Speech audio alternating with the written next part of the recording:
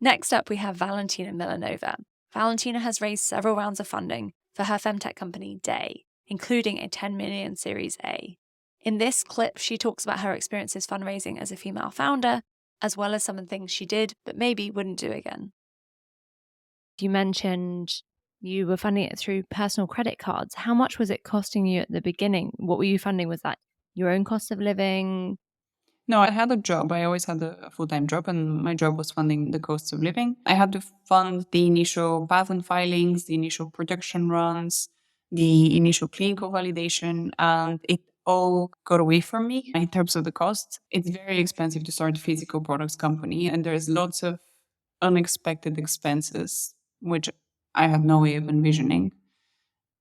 But I have the advantage of at that time I was working in the UK, so it wasn't called settled status at the time, but I was allowed to take on credit cards in the UK, and I was allowed to take on credit cards in Bulgaria by virtue of being a Bulgarian citizen. So I could do both, take on debt in the UK and in Bulgaria. The way that I was justifying this in my head, and it's not financial advice, and I wouldn't recommend that people do that, but I was just thinking, okay, this is effectively the same cost of an MBA, and I'm learning a lot more and just enjoying it. So I wanted to continue pursuing it. And then when I eventually fundraised, I was able to pay off my debts. And do you mind sharing how much debt you took out on credit cards before you fundraised? It was about 40,000. Wow. Yeah. That's I think it's scary. I think, as you say, it kind of balloons without you knowing. Probably helpful for founders to hear. That's a lot of personal risk. So I founded Day in 2017, and then I first fundraised in the autumn of 2018. So from the beginning of 2017 to autumn 2018, I was building everything by myself. And we didn't have any resources for like brand building, community building. And then in the autumn of 2018, we started building the brand. You mentioned fundraising at the beginning of that journey in 2018. Can you tell us a little bit about what it was like going and fundraising? How did you approach it? What were some of the lessons in the first round? And then maybe we can take the fundraising piece together and talk a little bit more about your Series A as well and your other funding. Yeah, so fundraising has always been challenging for us, and I think will remain challenging for us going forward. I think the only reason why we were successful with the first round and the second round is that we just didn't stop pitching. Like, we didn't give up, even though there were like so many hundreds of no's. We continued pitching. I can't explain what my company does without making the room of investors around me feel uncomfortable. And it's both men and women that feel uncomfortable by the mention of the vaginal canal or menstruation tampons.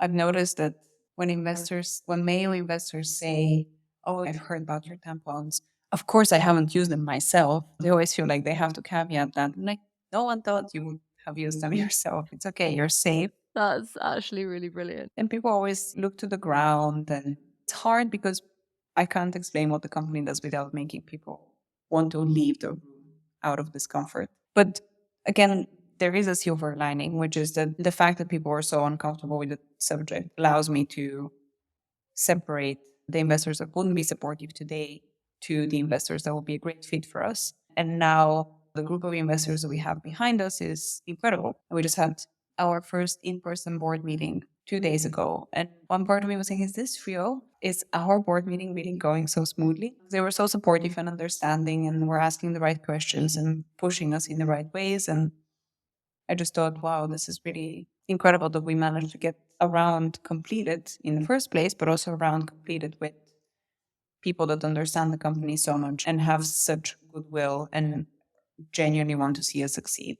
And do you think there's definitely obviously a lesson in persistence there? As you said, I think I read 200 times you pitched for your first round. Over 180, and now for the Series A, we had over 400 investors that we've contacted. So if anyone needs an introduction to an investor, I probably know them. I've probably pitched them. Love that. Curious, as well as the challenges of pitching, what is such a taboo topic. What was your experience fundraising as a woman? And I can imagine in some ways difficult to disentangle when your product is very associated with women or people who menstruate. But what was your experience there raising, and particularly a young woman as well? Yeah, that's exactly it. So I'm not just a woman. I'm also in my 20s, and I'm Eastern European. and I didn't go to Oxbridge or to an Ivy League college, and I didn't work for Bain or JP Morgan. So I like tick none of the boxes. And I think that makes it harder. It's just harder to be taken seriously. Yeah. I do get questions as to whether my dad set up the factory that manufactures the tampons or whether my brothers were really interested in machine manufacturing. It's almost like the sense of disbelief of, was it really you that did this? Was there someone behind you? Do you have a secret male co-founder, or did your dad fund things at the start? People do ask this, which I've obviously now my dad has passed, fine, particularly insensitive, but so yeah, you just get taken less seriously. I also get taken less seriously in supplier meetings and other key partner meetings. There are some advantages to that because suppliers disclose information to me that they wouldn't disclose to someone that they thought was real competition. You just get taken less seriously.